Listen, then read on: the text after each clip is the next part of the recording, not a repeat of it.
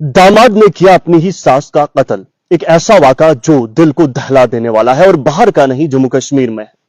जम्मू कश्मीर में इस तरीके की वारदातें लगातार जोर पकड़ रही है, जहां पर रिश्तेदार अपने ही रिश्तेदार से खौफ खाने लग रहा है।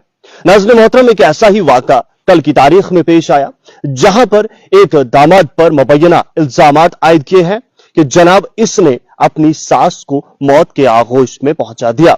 इस कहानी को समझने के लिए किरदार समझना बहुत जरूरी है।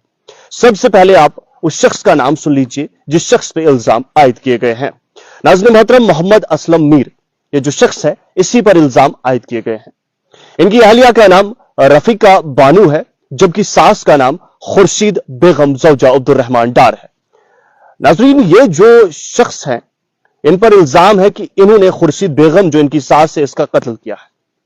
हालांकि मामला आपकी समझ में शायद अभी ना आया हो, लेकिन आ जाए।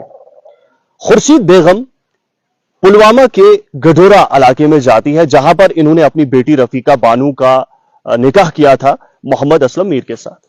अब कितना वक्त इनकी शादी को हुआ था इसके बारे में मालूमात जो है मुझे नहीं है, लेकिन अब होता क्या है, जब ये वहां पर पहुंचती हैं, बताया गया कि जब यहां पर पहुंचती है कल की तारीख में इनके आपस में कहासुनी हो जाती है। यानी रफीका बानू और मोहम्मद असलम मीर के माबैन जो है शायद कुछ टकराव हो जाता है, हो सकता है हाथ भी उठाया गया हो। क्या कुछ हुआ इसकी तस्दीक नहीं करेंगे।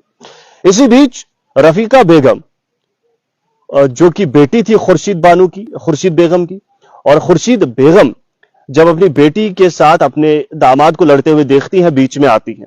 वहीं बेटी और दामाद के दरमियान इस कहासुनी को देखते हुए जब ये खुर्शीद बेगम बीच में आ जाती है लड़ाई की, तो मुबैना तौर पर ये जो मोहम्मद असलम मीर इनके दामाद हैं इन्हें धकेल देते हैं, और धकेलने के बाद ये बेहोश हो जाती हैं।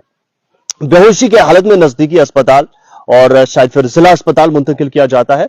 मुझे लगता है सीधा ही इन्हें जिला अस्पताल पहुंचाया गया था, जो खबर में बताया गया है। वहीं पर डॉक्टरों ने इन्हें मुर्दा करार दिया।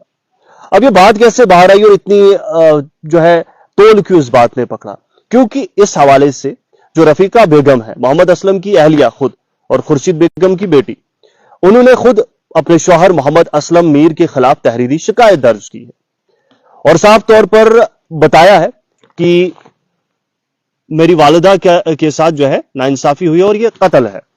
यहां पर मजीद एक बात बता दूं कि इसी ज़मन में पुलवामा पुलिस स्टेशन में एक मुकदमा जेर नंबर, जिसका रजिस्ट्रेशन नंबर जो एफआईआर होता है, एफआईआर नंबर माफ कीजिएगा 257/2024 दर्ज किया गया और तहकीकात का भी आगाज किया गया है। नाज़रीन, इस तरीके से ये जो वाक़ा है वो मंजर आम पर आया। परवरदिगार रहम करे, और ऐसा लगता है कि कयामत बहुत करीब है जिस तरीके से ये हालात वाक़ात बन रहे हैं। कैसे एक बेटा अपनी वालिदा का कत्ल करता है, कैसे एक बाप अपने बेटे का कत्ल करता है, कैसे रिश्तों को तार तार और शर्मसार कर देने वाले वाक़ात मंजर आम पर आ रहे हैं। ये सोचते ही डर लगता है और खौफ तारी हो जाता है। खबर आप तक पहुंच गई, बहुत बहुत शुक्रिया।